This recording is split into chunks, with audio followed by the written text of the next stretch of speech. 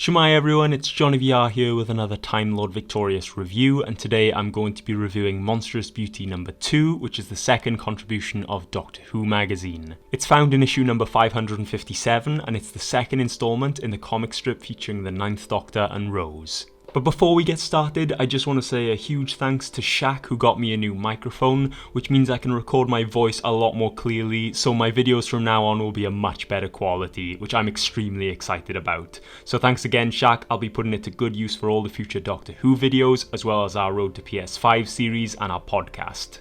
And for the viewers who are watching, if you're thinking about giving Time Lord Victorious a go, check out my Time Lord Victorious playlist where I go through each product and the cheapest way to experience the story. And stay tuned for more Time Lord Victorious reviews. As always, the first part of this review will be spoiler free, then I'll give you notice when I'm going to go into spoiler territory, because if you've read this comic and you want to talk about it, let's have a discussion in the comment section. I'd love to hear your thoughts. Just beware of potential spoilers when making a comment, so maybe put a spoiler alert on your comment to let others know. So on to the spoiler free part of the review. The big problem with this comic is that it is only 8 pages long, so it's even shorter than the 15 pages of Monstrous Beauty Part 1. Like the first comic strip, it does manage to pack a lot of story into this comic strip, but I can't help thinking that there must be a different way to experience this, if you're only interested in the Time Lord Victorious content. The cost of this magazine goes back to its usual price of £5.99 for the physical copy, but I've been reading this digitally on Pocket Mags where I got a 3-month subscription for £10.99. But even then this may feel very short. It makes me think that it wouldn't have been so hard to make this into a 2-part comic series instead of a 3-part series. Of course, if you already have a subscription to Doctor Who magazine, you'll get this at a better price, and the rest of the magazine adds value to the purchase. Other features of the magazine include an article on the upcoming Daleks animated series that is coming to Time Lord Victorious for free on YouTube. There's an article showing the 50 scariest moments in all of Doctor Who, an article about the creature design in Series 12, as well as a continuing piece on the lost story of Marco Polo. There's nothing wrong with the actual story, there's some more artwork to enjoy, particularly of the villains and their chosen method of transport.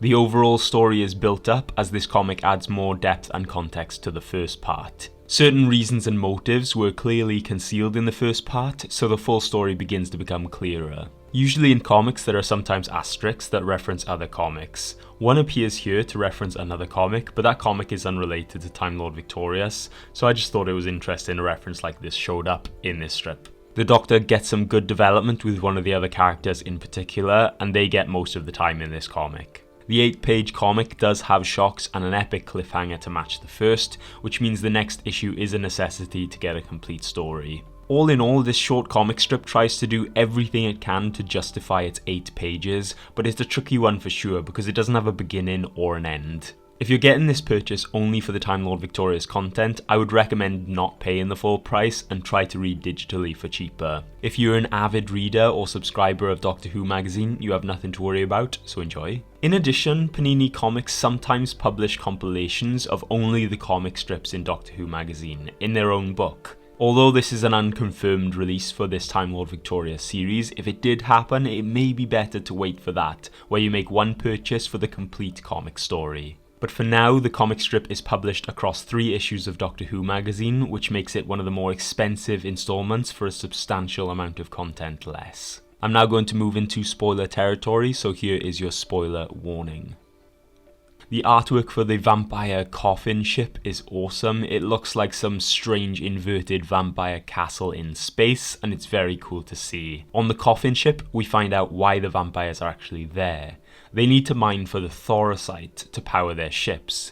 The Doctor and Rose found out that there was a substantial amount of mining going on in the last part, so it's easy to see why the vampires are there in the first place and what they want.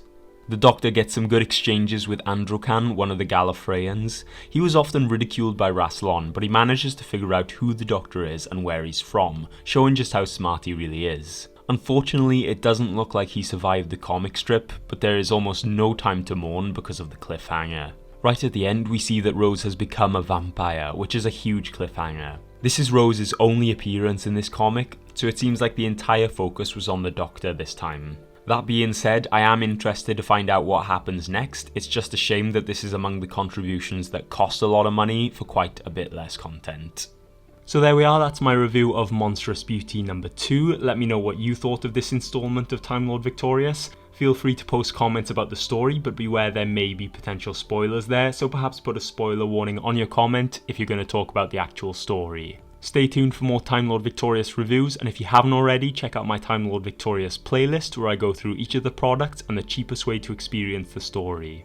If you want to support that channel, you can do so by going to coffee.com/skybotfilm, where you can tip us the price of a coffee, and we can use this to get better equipment, like I've got this new mic, to make better videos for the channel. So with all that said and done, thanks very much for watching, and I'll see you next time. Bye!